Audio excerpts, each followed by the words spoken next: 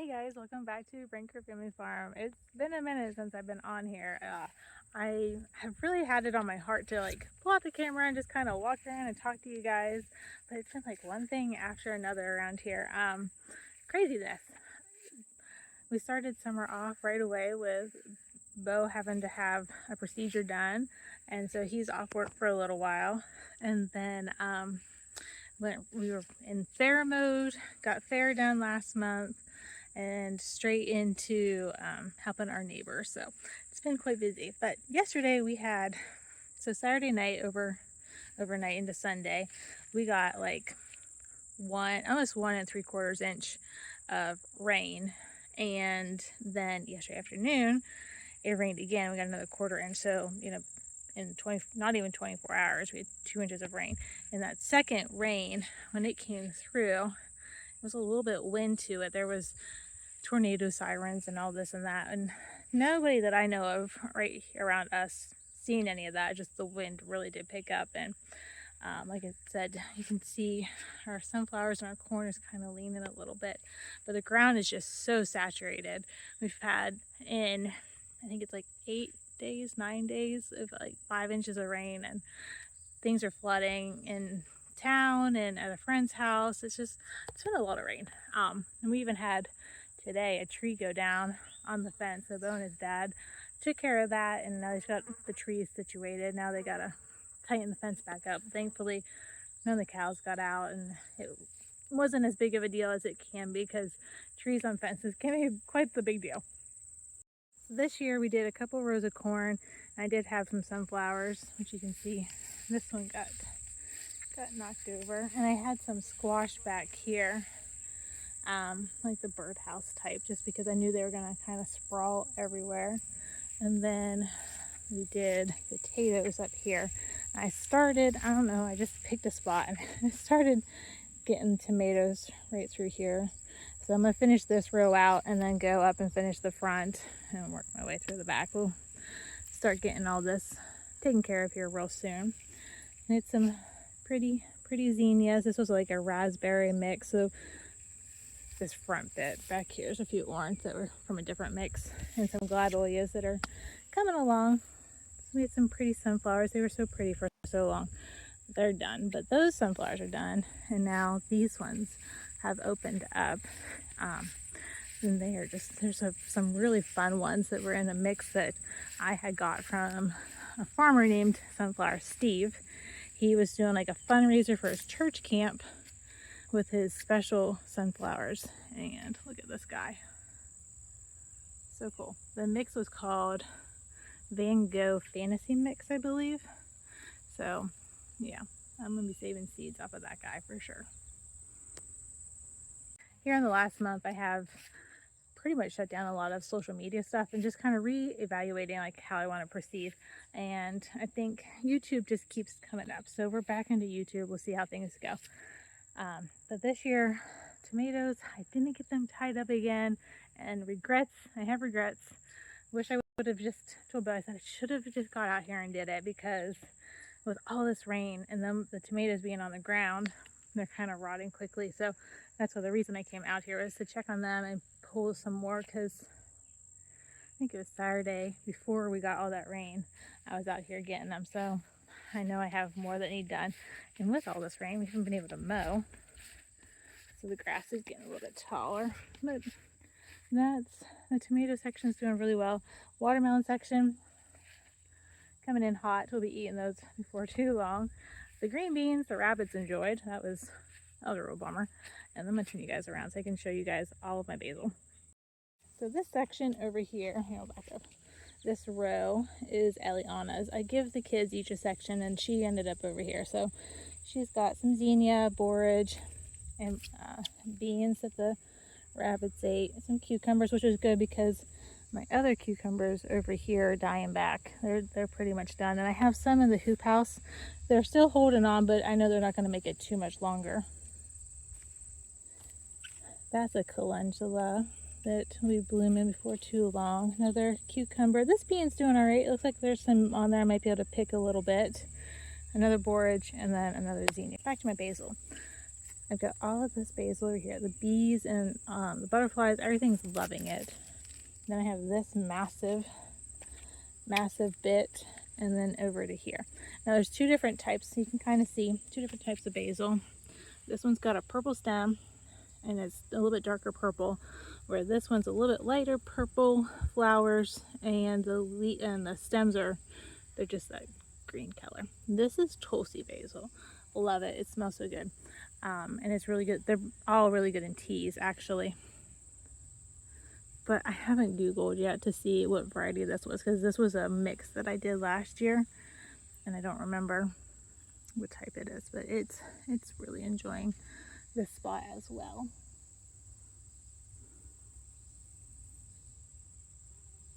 For those of you that have never seen forage before, they have these beautiful blue flowers, and I'm actually going to take them in and dry them and save them. They are going to be a fun thing to add to some winter tea mixes. But I went ahead and planted this whole box full of it, and they just shot up and like so quickly, especially with all this rain and humidity that we've been having.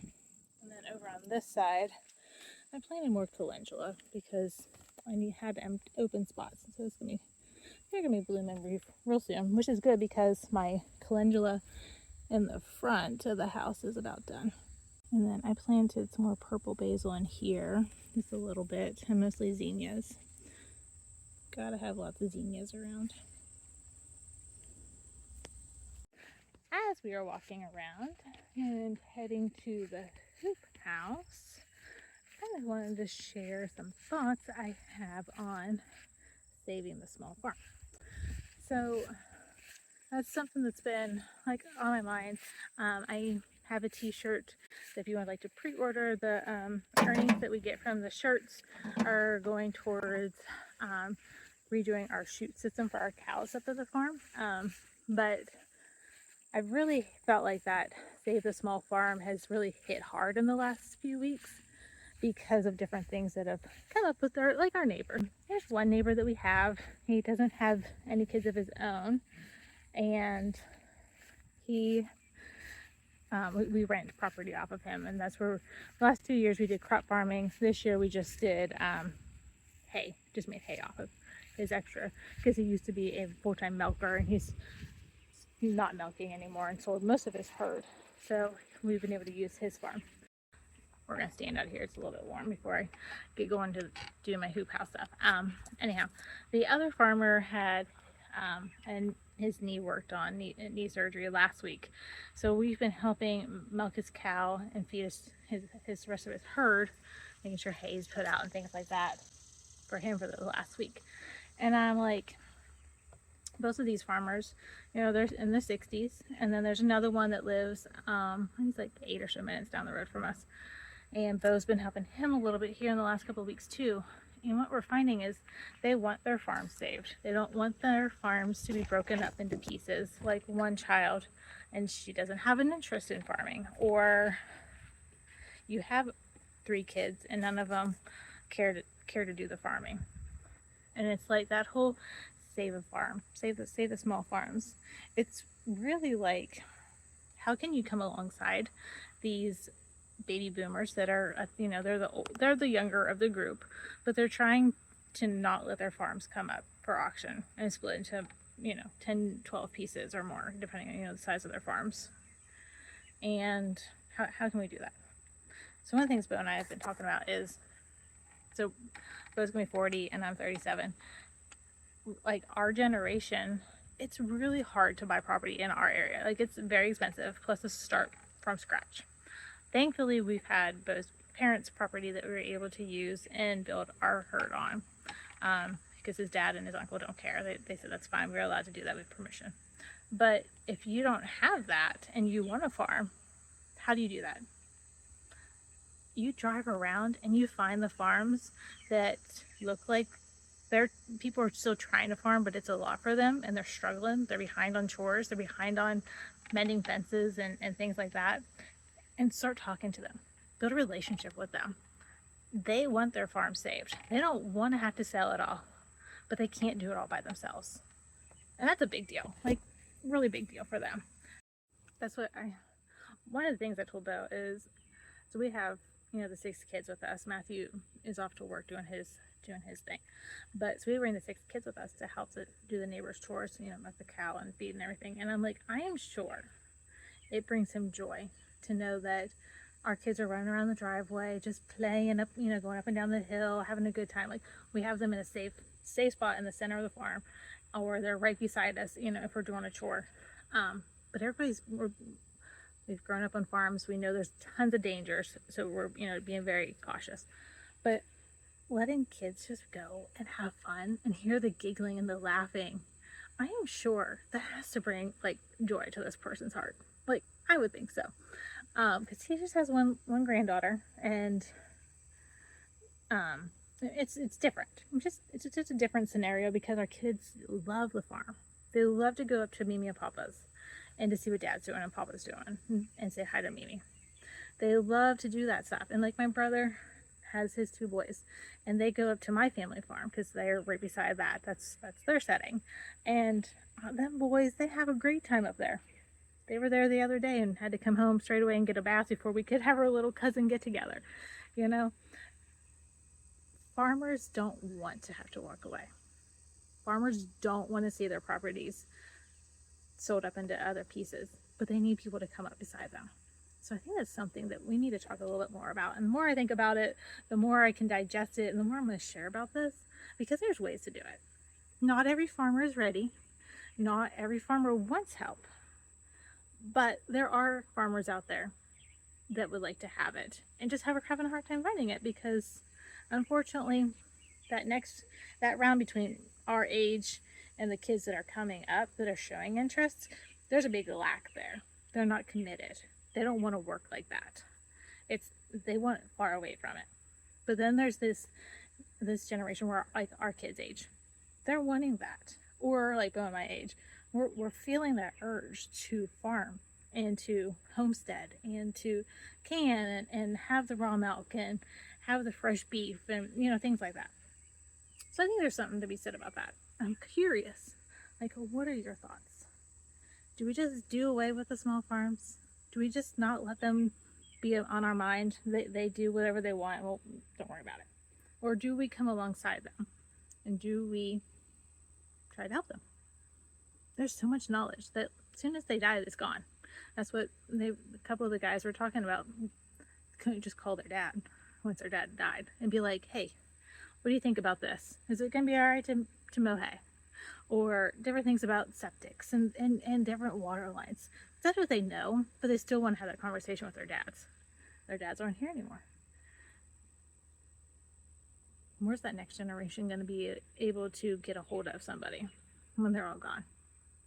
Like I had to learn how to milk for the neighbor and how his systems run. I mean, that's all going to be gone if we don't step up and be like, yes, we're interested. We want to know. How do you do this? Teach us. Anyhow, just thoughts, because that's where we are. That's where our life is right now. We are in the middle of helping other farmers and trying to, take care of our stuff too. It's a lot. There's a lot of things going on. But I totally feel like this is where we're supposed to be. And this is the phase of life we're supposed to be in. And I'm super grateful that Bo is home to do all this with us, because that'd be a little bit more of a challenge. But anyhow, so those are just my thoughts. Curious what you think. Are the small farms worth saving? Or do we just go all commercial with everything? I don't know. I don't know what the right answer is. I'm just telling you what my thoughts are. Enough about the saving the small farms. Let's talk about this really fun candy cane zinnia. So fun. I had some other stuff growing in here that's kind of died back. This is need to take care of it. I tried to grow beans. I got thistles growing. I gotta dig them out again. I tried to grow beans in here, add rabbits again, but they are leaving, for the most part, my red beets alone. So I'm gonna come back through and I'm gonna strip this all out, except for the couple red beet plants that I had left over from the spring. And I'm just gonna fill this back up with red beets all the way down to this young cucumber plant. Then on this side, I I don't need more motherwort. It's gonna go. This is completely done. It's going. I've been trying to save my sweet peas. I'm gonna show you the flowers in a minute. I've been trying to save my pods. I want these seeds. So I need to come through, pull out the ones that are good and dry. But these are sweet peas that I started from seed this year. And I had this, and a little bit darker pink and a purple. They were so pretty. It was like a real deep purple. It was real pretty. So I'm trying to save those seeds. I'm gonna go through, get my pods, get rid of them. And then down here, this was Bells of Ireland. It was really cool. I'm gonna save these seeds, get them torn out as well. Now, I had cut my kale back and all of this. This is all stuff that's either been here this spring or I moved this spring. I'm gonna cut it all back because worms are eating it. So I'm just gonna cut it back down to the ground like I did in May, June, whenever I did it. And it should, hopefully the worms are gonna be about done and they're not gonna tear up my plants anymore, and I should be able to start getting fall kale. When I'm doing that, I got this really fun sprouting broccoli, and it's really neat. However, I quit picking it too because I have worms. So I'm gonna cut it back and see if it will do another round here right away. I think it will, because that's what I did before and it's done really well. So, but my problem is it's wanting to go to seed. So focus. There we go. Nope. There it is. Let me get that. There we go. It's wanting to go to seed. It's flowering. I wanted to go to seed. So I need to come out here and cut all that back. I also have banana peppers there, down here, and over there, along with some bell peppers.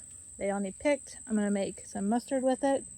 I'll share that with you guys as I do it. And then tomatoes. Did not tie them up, so they're laying down again, and I need to try to watch them as they progress so that we don't end up with a lot of rotten tomatoes. I guess I skipped right over the cucumbers. These cucumbers, I've been in here for months. They've been doing great, but I think they're about done. I haven't noticed a whole lot of blooms on them, but they produce so much. So probably when I'm ripping out stuff, because I do have other plants going, I'm just gonna rip these guys out too. Anyhow, this was kind of fun turning the camera on because I haven't done that. And I do like to share the garden, even though it's like not as well as I wanted, but they're still producing so much. I'm so grateful for it. I really feel like I'm honing into this hoop house this year. Oh, look at these zinnias. Let me walk you over here. Anyhow, I got plants in the basement to come out here, but because of the warm pressure, I'm not quite ready yet to bring them out. Might wait till September to do that. We'll see. But anyhow, look how pretty. Beautiful. If you're not growing flowers in your garden spaces, do it. You'll thank me later. Anyhow, I hope y'all have a great week. Something to ponder.